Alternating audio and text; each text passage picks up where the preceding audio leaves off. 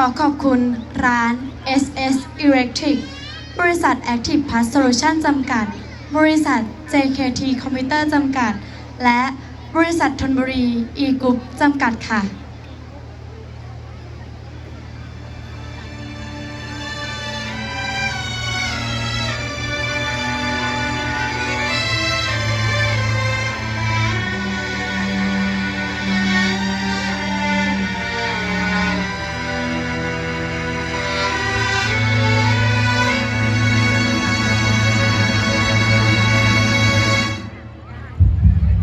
บางทีเธอจะยอมใจเย็นๆและฟังฉันสักหน่อย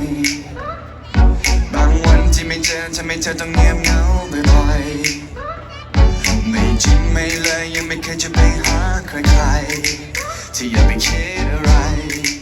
ก็อยากให้รู้เอาไว้ก่อนนั้นเธอจะทำอะไรแทนใจนึกสักก่อน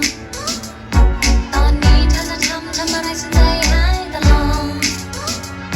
ไม่ดูไม่แลและไม่แค่ใจฉันยังไงก็เธอไม่คิดอะไรแต่ฉันคิดได้ไหม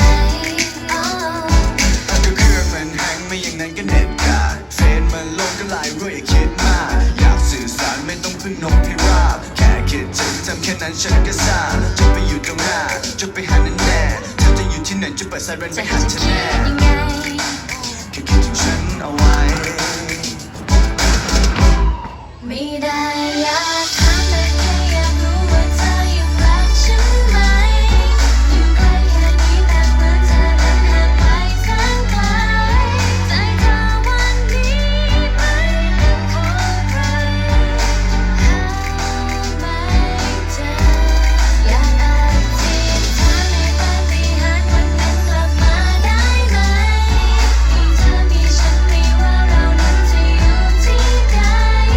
แค่หลับตาลงลืมตาเมื่อไรขอมีเธอช่วยดูแลก่อน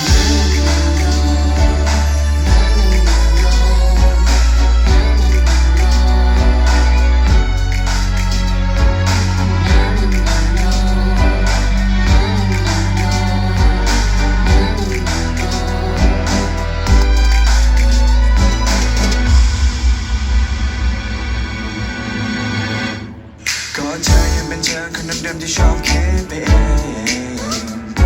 และเธอยังเป็นเธอคนเดิมๆคนที่ง้อไม่เก่งแค่คำเดียวเป็นอะไรที่มันพูดไม่ออกก็อยากจะซึ้งจะบอกแต่เธอพูดก่อนไหมก็เครื่องมันแฮงไม่อย่างนั้นก็เน็ตกาดเฟซมันลงก็ไลน์รู้อย่าคิดมากอยากสื่อสารไม่ต้องพึ่งนกพิราบแค่คิดถึงทำแค่นั้นฉันก็ทราบ